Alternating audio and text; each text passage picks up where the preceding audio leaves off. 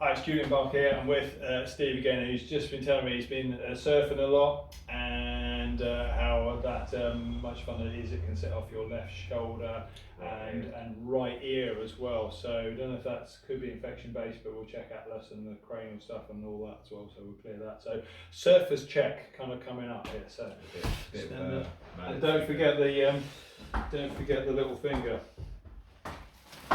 Which another one due to aquatic adventures, wasn't it? Aquatic based injuries. Aquatic based injuries, yeah.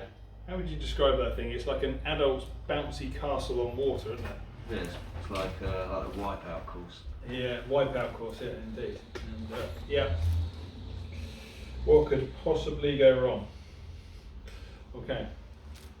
Okay, so. Bit of good news is, because we did do a bit of adjustment last week, you're not too far off level there, chap. So a couple of mil short on the on that right side. Okay. And you ride regular or goofy? Goofy. Goofy. Goofy, nothing to do with Disney characters. So goofy surf riders are right foot forward, left foot back, and regular is the other way around. So left foot forward, right foot back. So, yeah, definitely tend to surfing has a lot of twisting in it, a lot of back arching in it, and if there's any one thing that you tend to spot with surfers and to a certain extent swimmers, is they put a lot of pressure through T6, so that one's definitely going to get a good looking at because of involvement with that dorsal. So squeeze your knees together and let go. Feel the tilt sitting on the board as well. Yeah. Right hand up behind your back. Swap your hands around. Both hands up behind your back together. A very clear L5 on the right, both back down by your sides. Take your right hand up by your face. Big deep breath in and out. And left hand goes up as well. Both back down by sides. Okay.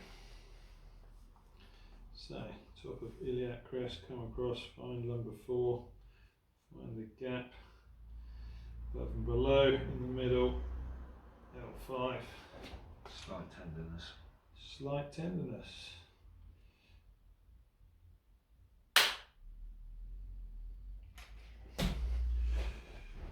Which always feels like it must be the right spot, doesn't it? If it's slightly tender. Indicative of some low level inflammation there. Turn your head to the right. So, there we go, head back into centre. So that's a T6 test and clear as, and obviously left. Now, for all you healthy skeptics out there, you know, he told me it was left shoulder, I knew it was T6. Is that why I found the T6? Or is it because of, I'm sure Steve can feel this tightness and restriction as much as I can. I've got my finger on it. You got this here, yeah? Sure. Yeah. Bit rhomboid as well. Bound to be, yeah.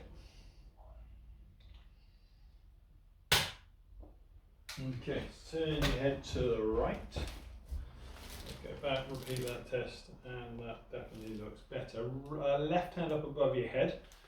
So we go straight to T5. Yeah, right hand up as well. And that's a T2 test. Both back down by sides. Get back into the centre. Hopefully obvious on the film that the T2 was way more obvious.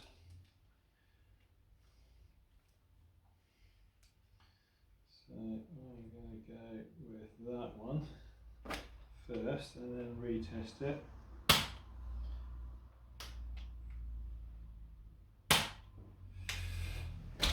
Okay, turn head to the right.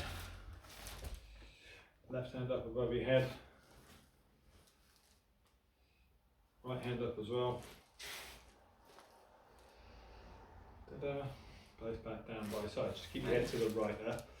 That's it. Squeeze the right elbow flat against your side and let go. So going a little bit off piece there from the basic scan. Squeeze the left one in and let go.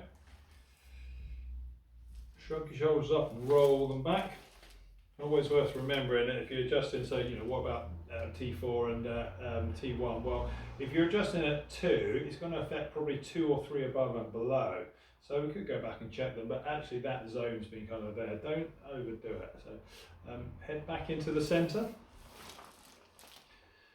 Cool. Lift up your head and back down. Just tuck your chin down to your chest. Back to centre. Turn your head to the left. Don't like that at all. Head back into the centre. Slight tuck of chin down to your chest. There's a cervical 2.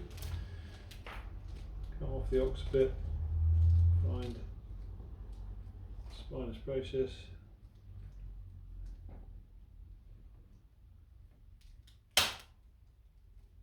Head back into neutral. Very much mentally, by the way, I'm kind of thinking right the way through the plane line of that facet, and actually kind of thinking my intention of adjusting somewhere into about a foot into the floor. Push your face down into the couch and let go. So think of it like it's like a follow through for a tennis shot. That definitely makes a difference. Stretch your right hand towards your right knee. Back round. Stretch your left hand towards your left knee, and back round. So rhomboids got mentioned earlier on, worth checking the global medial scapula. So left hand up behind your back, push outwards, and let go. Yeah. Yes. I'll go setting 3 for this one.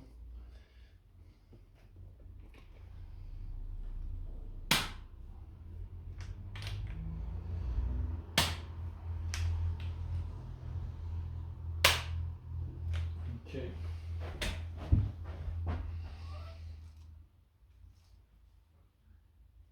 Okay, so thinking about that right ear, the obvious one would be either a anteriorly rotated temporal, or you can come back posteriorly rotated temporal. Definitely getting some shift there. So setting 1, if it's showing up, leg length change in the posterior, then go the other way. So kind of stabilising with my thumb there. You could do it with the finger. Some people like doing a pinch grip like that. That's my favourite one, but we're just trying to affect that sagittal suture, which is definitely going to affect the internal auditory meatus. And surface ear is definitely a thing. I have experience of that one as well. Okay, so other things just worth checking is the QL and psoas, and then I'll just sit Steve up and show you just a local finger adjustment that works quite well. So stretch your right hand towards your right knee, back round. Same on the left, back round. Push both knees down into the couch and let go. Yeah, all that seems okay.